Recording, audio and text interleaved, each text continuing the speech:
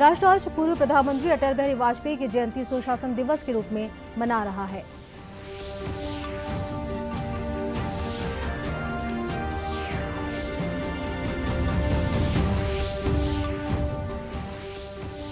आज देश भर में हर्षोल्लास से मनाया जा रहा है प्रभु यीशु के आगमन का पर्व क्रिसमस।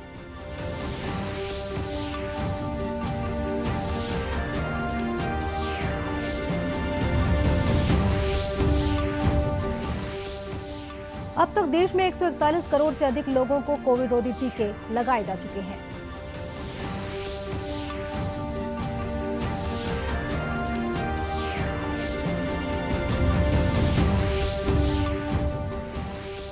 और प्रदेश में पहली से तीसरी कक्षा के पाठ्यक्रम में छत्तीसगढ़ी भाषा को पढ़ाने की पहल शुरू।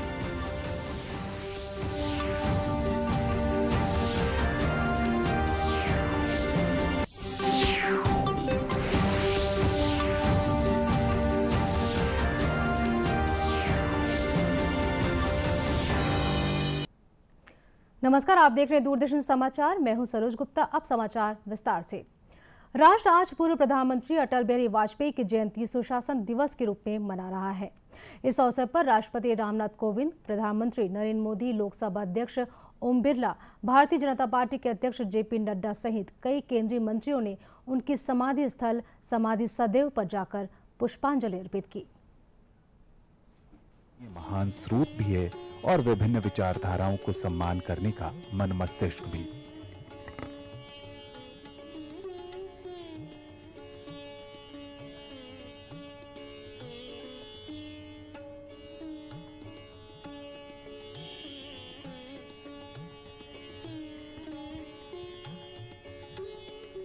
अटल जी को नमन कर आज भी उनके पदचिन्हों पर चलने का प्रयास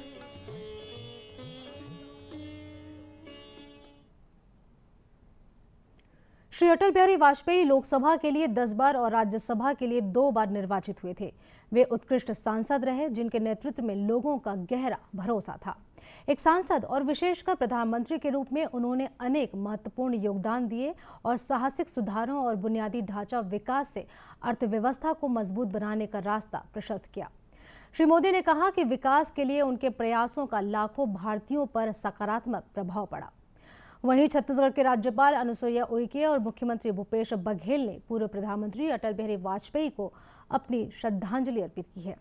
सुशासन दिवस के अवसर पर आज दुर्ग जिले में सांसद विजय बघेल ने पूर्व प्रधानमंत्री अटल बिहारी वाजपेयी के जीवन और उनके संस्मरणों को याद करते हुए कहा कि अटल जी अपनी राजनीतिक और व्यक्तिगत सुचिता के लिए जाने जाते हैं। उनका नाम ही अटल था और वो जो बात कहते थे उसमें अटल रहते थे, अडिग रहते थे और जो बात कहते थे उसको करके दिखाते थे। ऐसे ओजस्वी वक्ता हिंदुस्तान में जिनकी कोई शान नहीं थी, ऐसे हमारे अटल बिहारी वाजपेयी जी के हम लोग इस जन्म जयंती पर उपस्थित हैं। हम सब उन्हें प्रधानमंत्री के उनके कार्यकाल को देखा है, जाना है, परखा है और हिंदुस्तान ने तो उस लाडले सपूत के कार्यकाल को आज भी याद करते हैं। प्रदेश के अन्य जिलों में भी पूर्व प्रधानमंत्री को श्रद्धांजलि देने अनेक कार्यक्रम आयोजित किए जा रहे हैं। आज देश भर में क्रिसमस का पर्व हर्षोल्लास के साथ मनाया जा रहा है। राष्ट्रपति रामनाथ कोविंद, उपराष्ट्रपति एम वेंकैया नायडू और प्रधानमंत्री नरेंद्र मोदी ने देशवासियों को क्रिसमस की शुभकामनाएं दी हैं। राष्ट्रपति ने कहा कि प्रभु ईसा मसीह का प्रेम और करुणा का संदेश पूरी मानवता को हमेशा प्रेरित करता रहेगा। उन्होंने कहा कि हमें एक ऐसे समाज के निर्माण का संकल्प लेना चाहिए जो उनके आदर्शों के अनुरूप न्याय और स्वतंत्रता के मूल्यों पर आधारित हो। प्रधानमंत्री नरेंद्र मोदी ने क्रिसमस पर लोगों को बधाई दी है। एक ट्वीट में श्री मोदी ने कहा कि आज के दिन हम ईसा मसीह के जीवन और उनकी शिक्षाओं का स्मरण करते हैं, जिनमें सेवा, दयालुता और विनम्रता पर सबसे अधिक बल दिया गया है।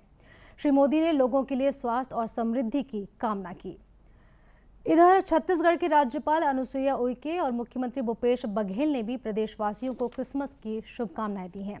आज रायपुर के सेंट पॉल कैथेड्रल चर्च में आयोजित प्रार्थना सभा में मुख्यमंत्री भूपेश बघेल शामिल हुए।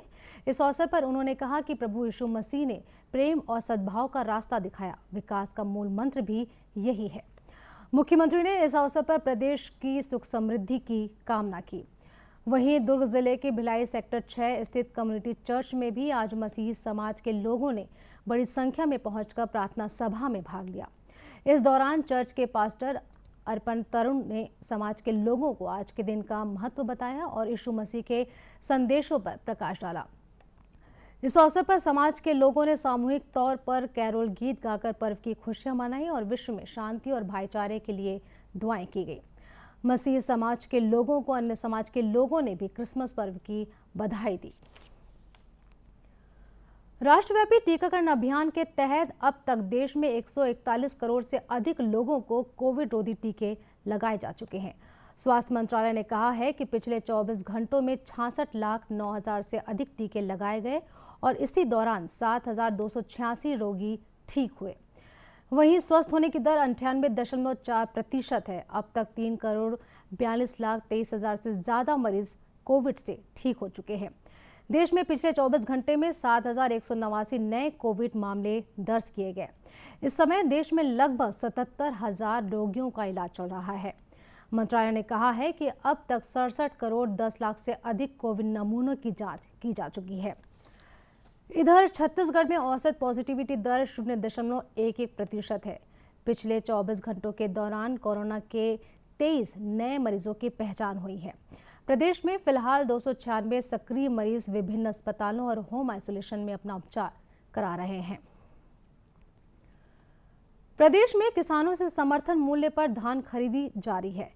इस बीच कोरिया जिले में 41 धान खरीदी केंद्रों में अब तक 5.5 लाख क्विंटल धान की खरीदी हो चुकी है। इसके साथ ही 1,30,000 क्विंटल धान कस्टम मिलिंग के लिए राइस मिलर्स ने उठाया है। कोरिया के कलेक्टर श्याम धावड़े ने बताया है कि धान खरीदी केंद्रों में किसानों की सुविधा का ध्यान निगरानी समिति रख रही है।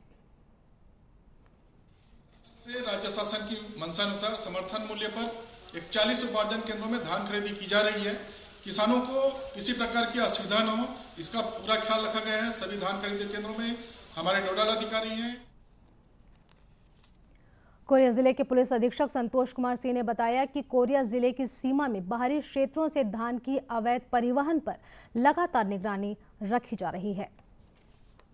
जो दूसरे राज्य से आने वाला जो अवैध धान है वो छत्तीसगढ़ में न खपे, इसलिए अंतर्राज्यीय बॉर्डर भी स्थापित किए गए हैं। जिले में ऐसे 6 बॉर्डर जो एमपी के बॉर्डर के साथ हमारा जिला जो लगता है, वहाँ निगरानी टीमें जो तैनात हैं, उस टीमों में जो संबंधित विभाग के अधिकारी तो हैं, जिले पुलिस बल से भी उसमें जवान जो है तैनात किए गए हैं। और हाल ही में अभी जनकपुर में साडौल जो बॉर्डर है हमारा, वहाँ से एक अवैध धान पे कार्रवाई भी हुई, जिसमें तहसीलदार जनकपुर और पुलिस की टीमें धान परिवहन करते गाड़ी को पकड़ा भी था, उस पर कार्रवाई की गई। हम लोग का पूरा फोकस इस पे है कि जिले में अवैध धान दूसरे जिलों से न आए, यहीं के धान शासन की जो योजना है उसका लाभ उठाए और उनको जो उचित मूल्य मिल सके। किसानों को टोकन वितरण और बारदाने की समस्या से बचाने के लिए प्रयास जिला प्रशासन की ओर से किए जा रहे हैं। राज्य शैक्षिक अनुसंधान और प्रशिक्षण परिषद SCERT ने पहली से तीसरी कक्षा तक के पाठ्यक्रम में छत्तीसगढ़ी भाषा को पढ़ाने की पहल शुरू की है। इसके साथ ही अगले सत्र से हिंदी के साथ छत्तीसगढ़ी मातृभाषा में पढ़ाई जा सकेगी। इसके लिए जांजगीर चांपा जिले में भी 10 शिक्षकों की टीम बनाई गई है, जो जिले के डाइट में हिंदी किताबों का छत्तीसगढ़ी में अनुवाद कर रहे हैं। इस संबंध में डाइट की प्राचार्य सविता राजपूत ने बताया कि अनुवाद करने से बच्चों को मातृभाषा में पढ़ाई का अवसर मिलेगा। की किताबों का हिंदी से छत्तीसगढ़ी में अनुवाद की कार्यशाला यहाँ पर 20 तारीख से 20/12 से 23/12 तक यहाँ पर रखा गया है और इसमें समूह में काम किया जा रहा है और जांजगीर, रायगढ़ और बिलासपुर जिला से हम शिक्षक बुलाए हैं जो छत्तीसगढ़ी भाषा के जानकार हैं और हिंदी से छत्तीसगढ़ी भाषा का अनुवाद उनके द्वारा किया जा रहा है। वहीं अनुवाद कार्य में लगे शिक्षकों ने बताया कि अब बच्चों को छत्तीसगढ़ी की जानकारी मिलेगी। उनके जो लुप्त छत्तीसगढ़ी भाषा है जेमन ये पीढ़ी में करीब करीब लुप्त हो चुके हैं, ऐसा भाषा मन के संयोजन करके बूता मेर होते जेकर बर हम सब जुड़ियाए हन और एक संग मिल के हम छत्तीसगढ़ी पुस्तक के जो 1 से लेकर पहली से लेकर 8वीं तक के जो पुस्तक है ओमा शब्द संचयन करके वो पुस्तक मन के लिए जो छत्तीसगढ़ी शब्द है, जो परफेक्ट छत्तीसगढ़ी शब्द है, वो शब्द मन ला संयोजन करके बूता मेर करा था। अभी हमारा NEP 2020 में प्राइमरी स्कूल के बच्चों का जो शिक्षा है उनकी मातृभाषा में दिए जाने का प्रावधान है। उसी प्रावधान के तहत हमारे SCERT के द्वारा ये कार्य कराया जा रहा है। इसमें हम अर्ली ग्रेड रीडिंग के लिए बनी हुई 75 पुस्तिकाओं का छत्तीसगढ़ी में अनुवाद कर रहे हैं, जो कि एक सप्लीमेंट मटेरियल है प्राइमरी क्लासेस के लिए। और अभी 29 तारीख तक इसको पूरा करके हमें SCERT को सौंपना है। उसके बाद ये पुस्तकों का स्वरूप लेगा और फिर हमारे छत्तीसगढ़ के बच्चों को छत्तीसगढ़ी भाषा में सहयोग करते हुए हिंदी सिखाया जाएगा। हिंदी में पढ़ाई हिंदी में ही होगी, लेकिन उनको उनकी कॉन्सेप्ट समझाने के लिए हम छत्तीसगढ़ी भाषा को भी यूज़ करेंगे ताकि बच्चे ज़्यादा समझें और जल्दी समझें। प्रदेश के अन्य संभागों में भी शिक्षकों की टीम हिंदी किताबों का अनुवाद छत्तीसगढ़ी भाषा में कर रही है, जिससे बच्चों को अपनी मातृभाषा में पढ़ने का अवसर मिलेगा। प्रदेश में उत्तर से आने वाली ठंडी हवाओं का असर कम हो चुका है, मगर दक्षिण छत्तीसगढ़ में नमीयुक्त गर्म हवा आ रही है। इससे प्रदेश की न्यूनतम तापमान में वृद्धि का दौर जारी है। मौसम विभाग से मिली जानकारी के अनुसार अगले 24 घंटों के दौरान मौसम आमतौर पर शुष्क रहेगा। वहीं 27 दिसंबर को 1-2 स्थानों पर गरज चमक के साथ बारिश होने और सरगुजा संभाग और उससे लगे जिलों में 1-2 स्थानों पर ओले गिरने की भी संभावना जताई गई है। इस बीच प्रदेश के कोरबा जिले में ठंड से बचने जिला प्रशासन ने सार्वजनिक स्थानों पर अलाव की व्यवस्था की है। जिला कलेक्टर रानू साहू और आयुक्त कुलदीप शर्मा ने रात में ठंड से बचने के लिए जरूरतमंद लोगों को कंबल भी वितरित किया। कलेक्टर रानू साहू ने बताया कि ऐसे परिवारों को चिन्हित कर उन्हें गर्म कपड़ों का सहयोग किया जा रहा है।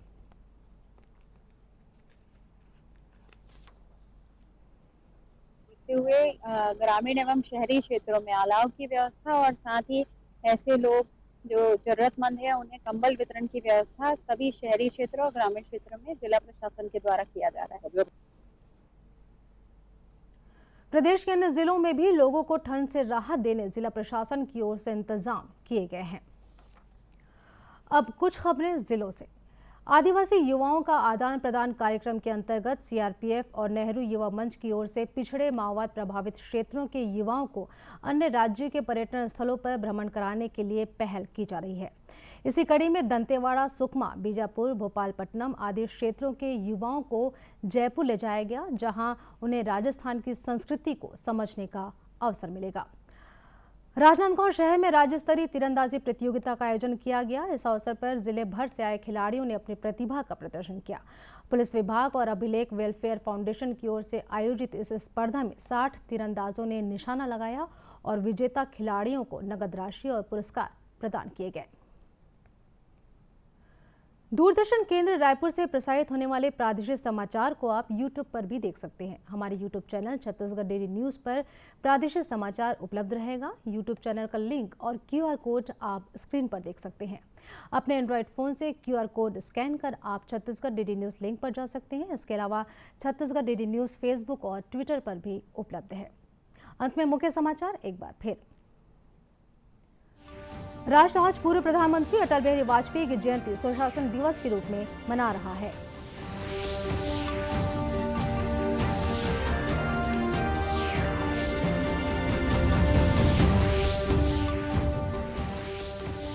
आज देश भर में हर्षोल्लास से मनाया जा रहा है प्रभु यीशु के आगमन का पर्व क्रिसमस।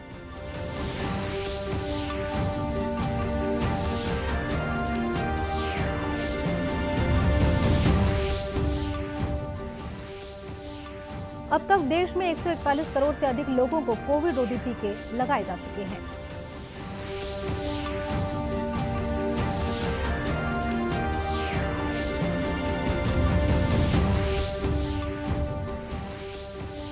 और प्रदेश में पहली से तीसरी कक्षा के पाठ्यक्रम में छत्तीसगढ़ी भाषा को पढ़ाने की पहल शुरू। इसी के साथ यह समाचार बुलेटिन यहीं समाप्त हुआ। नमस्कार।